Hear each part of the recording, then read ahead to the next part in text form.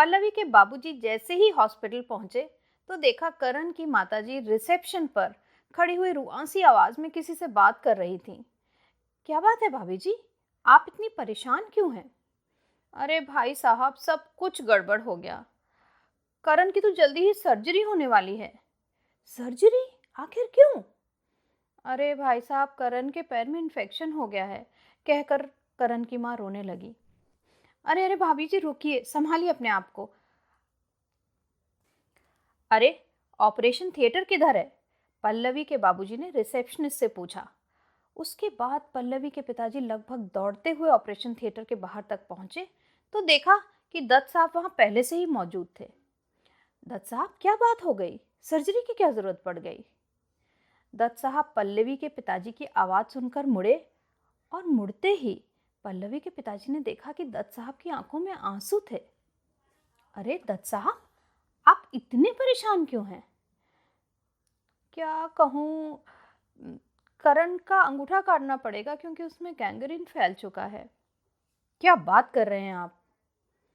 हाँ, अ, करण तो पायलट है, अंगूठे के बिना तो पायलट ही नहीं रह पाएगा। अरे भाई साहब, आप इस समय ये सब मत सोचिए। पल्लवी के पिताजी बोले, हमारा बच्चा ठीक हो जाना चाहिए, नौकरियां तो और भी बहुत हैं दुनिया में। ठीक कहा आपने, पर बस कुछ दिल घबरा सा रहा है। नहीं नहीं, आप यकीन रखिए, कुछ नहीं होगा। मैं आपके साथ रुकूंगा, जितने भी दिन लग जाए मैं यहीं रुकूंगा, लेकिन करण का ऑपरेशन ठीक से होगा तभी मैं यहाँ से जाऊंगा। करण की सर्जरी शुरू हो चुकी थी। लगभग 2 घंटे बाद सर्जरी खत्म हुई और डॉक्टर ने आके बताया कि ऑपरेशन बिल्कुल ठीक हो गया है। शाम को पल्लवी के पिताजी ने पल्लवी को फ़ोन किया। बेटा, तुम सुनकर घबराना नहीं, लेकिन करण की सर्जरी करनी पड़ी है और उसका एक अंगूठा हटाना पड़ा है क्योंकि उसमें इन्फेक्शन गैंग्रीन बहुत बुरी तरह फैल गया था। कोई बात नहीं पिताजी, लेकिन करण कैसा है? अब ठीक है बेटा, ऑपरेशन सक्सेसफुल हुआ है, कल वो अपने कमरे में भी आ जाएगा। ठीक है पिताजी, फिर मेरी बात जरूर कराइएगा, मेरा मन बड़ा अजीब सा हो रहा है। हाँ हाँ बिल्कुल। अगले दिन करण को कमरे में शिफ्ट कर दिया गया। पल्लवी के पिताजी करण से मिलने गए। करण अब ठीक लग रहा था। कुछ उसका चेहरा पीला पड़ा हुआ था, लेकिन ऑपरेशन के बाद ये कोई बड़ी बात नहीं थी। शाम तक करण हंस बोल भी रहा था। उसने पल्लवी के पिताजी को कहा कि पल्लवी को कहना बिल्कुल परेशान ना हो और मैं भी उससे बात करूंगा। करण के पिताजी दत्त साहब बोले, हाँ बिल्कुल, मैं अभी फोन लगाता हूँ। पल्लवी के इंस्टीट्यूट में फोन लगाया गया और करण और पल्लवी ने बहुत लंबी बात की।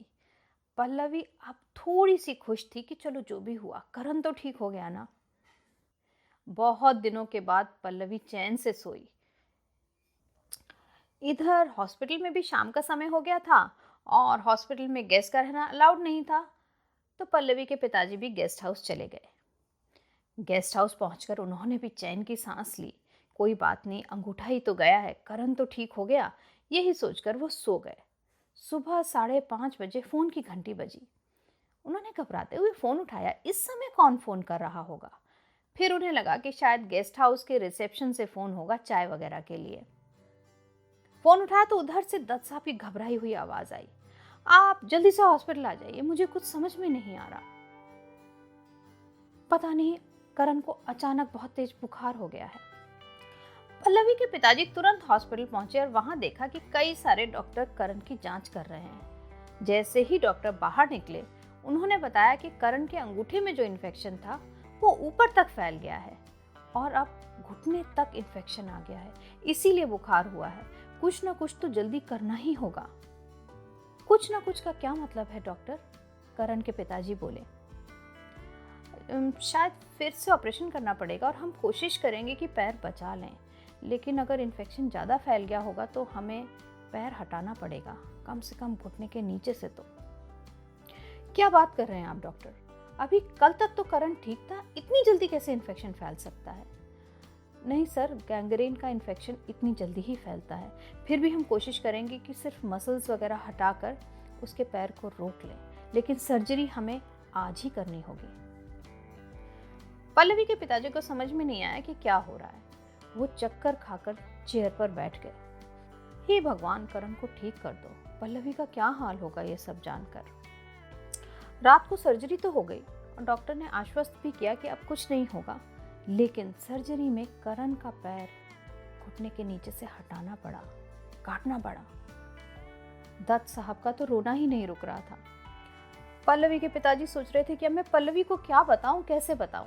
फिर भी उन्होंने डरते हुए फ़ोन किया और पल्लवी को कहा, बेटा मैं तुम्हें कुछ बताना चाहता हूँ, लेकिन तुम्हें हिम्मत रखनी होगी। क्या बात है बाबूजी, जल्दी बताइए, मेरा दिल बहुत घबरा रहा है।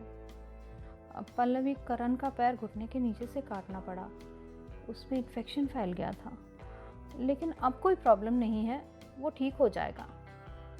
बाबूजी मुझे दिल्ली आना है, मुझे करण को देखना है। हाँ बेटा, मुझे भी लगता है कि तुम्हें आना चाहिए। मैं तुम्हारी फ़्लाइट का टिकट करा देता हूँ।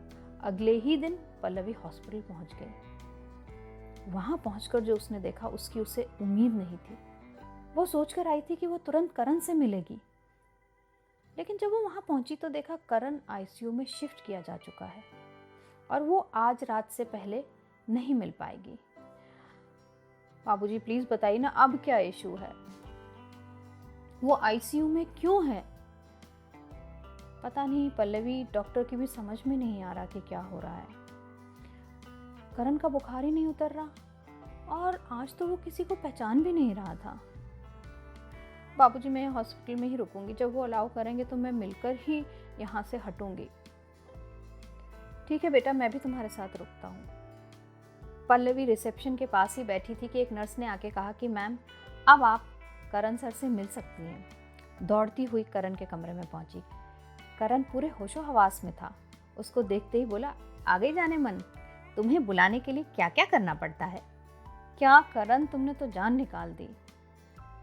करण को ऐसे देखकर पल्लवी की खुशी का ठिकाना नहीं था। वो पास पहुंची और बोली, बस करण अब तंग मत करना। उसके बाद जो करण ने कहा वो सुनकर वो चौंक गई। आखिर ऐसा क्या कहा करण ने, ये जानेंगे हम अगले एपिसोड में। सुनते रहिए कहानी स्टूडियो में करण और पल्लवी की प्रेम कहानी।